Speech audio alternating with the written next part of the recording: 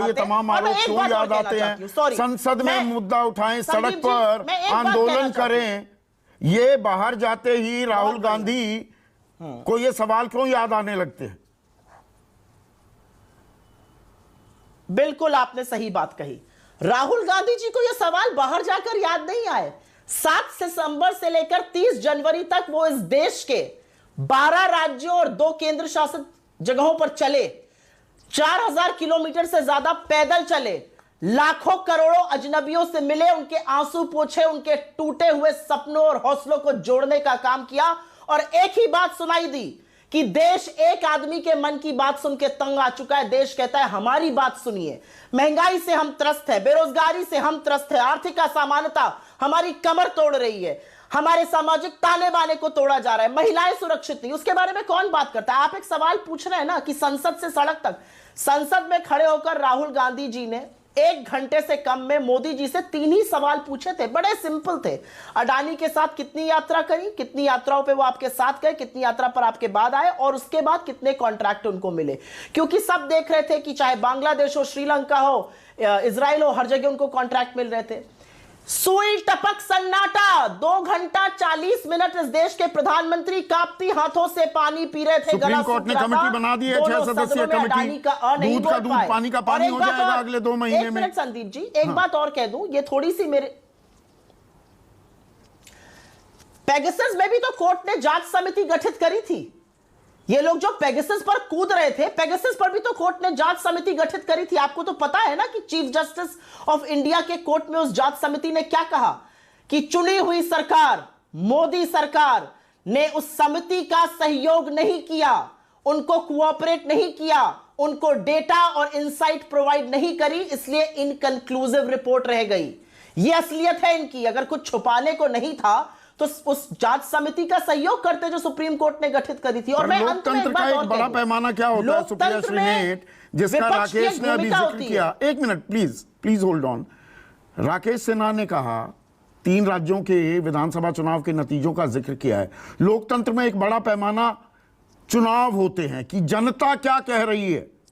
नागालैंड में आप खाता भी नहीं खोल पाते। बीजेपी 10 साल पहले जहां कोई नाम लेवा नहीं था उनका, पूर्वोत्तर में 3 राज्यों में, एक में तो सीधे सीधे सरकार और 2 राज्यों में वो सरकार में हिस्सेदार हो जाती है और कांग्रेस कहीं आसपास भी नहीं। मेघालय में आपके 12 विधायक चले जाते हैं टीएमसी के साथ और टीएमसी आपसे ज्यादा वोट प्रतिशत ले जाती है मेघालय में भी। आपने अच्छा सवाल पूछा और इसका मैं बिल्कुल अभी तुरंत जवाब दूंगी। मैं सवालों से भागती नहीं हूं, लेकिन एक चीज मेरे लिए थोड़ी सी व्यक्तिगत और पर्सनल हो जाती है जब महात्मा गांधी का नाम आता है, और मैं उस पर जरूर बोलना चाहती हूं।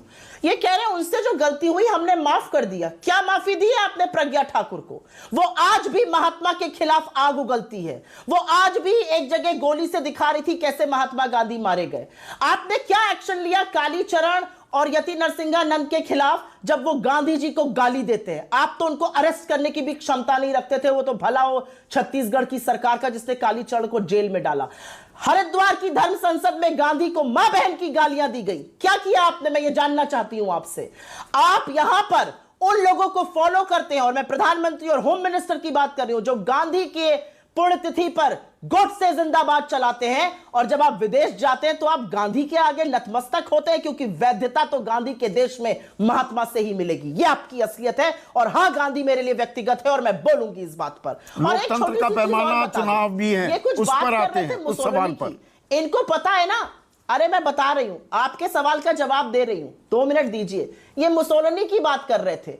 व्हाट्सएप के खर्रे और फेसबुक से ये दुनिया नहीं चलती है। इनके सबसे बड़े आराध्य और आका सावरकर, गिस्पेट माजिनी जो इटालियन थे, उनको बड़ा अपना आराध्य मानते थे। उनकी ऑटोबायोग्राफी पूरी ट्रांसलेट करी थी मराठी में। तो भैया मुसोलिनी की बात आप लोग मत किया करिए, माजिनी के शिष्य हैं आप लोग। पहली बात। आपने चुनाव की बात करी और चुनाव की बात आपने बिल्कुल ठीक करी, मैं इस पर जवाब भी दूंगी। चुनाव होते हैं, कुछ चुनाव हम हारेंगे, कुछ चुनाव हम जीतेंगे, लेकिन एक यह भी असलियत है चुनावों की कि कस्बा पेठ में 33 साल बाद इनका गढ़ ध्वस्त किया है हमने। महाराष्ट्र में जब इन्होंने सब कुछ कर लिया, महाराष्ट्र में हमारे एलआई के साथ और हमारे साथ, वेस्ट बंगाल में बड़ी कांटे की टक्कर थी, हमने 55 साल बाद वो सीट जीती।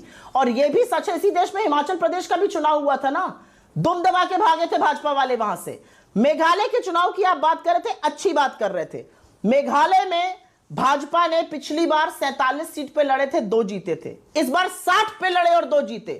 त्रिपुरा में उनका वोट परसेंटेज भी कम हुआ है, सीट भी कम हुई है। और मेरा अपना मानना यह है कि चाहे वो कर्नाटक हो, राजस्थान हो, मध्य प्रदेश हो, छत्तीसगढ़ हो या तेलंगाना हो, पानी देने वाला नहीं मिलेगा भाजपा को चुनावों के बाद, क्योंकि यह स्थिति वहां पर होने वाली है। आपके एमएलए का लड़का 40 लाख रुपए घूस देते हुए पकड़ा गया, एमएलए को रिजाइन करना पड़ा है। मैं विश्वरप्पा मदाल की बात कर रही हूं।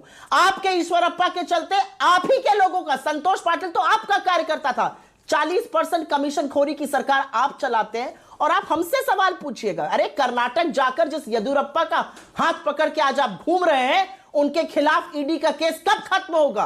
क्योंकि वो आपके साथ है तो कुछ नहीं बोलिएगा। हेमंत बिस्व शर्मा के खिलाफ ईडी अब नहीं बोलेगी, नारायण राणे के खिलाफ ईडी अब नहीं बोलेगी। अब राकेश सिन्हा की बारी। आप गंगा नहा जाते हैं।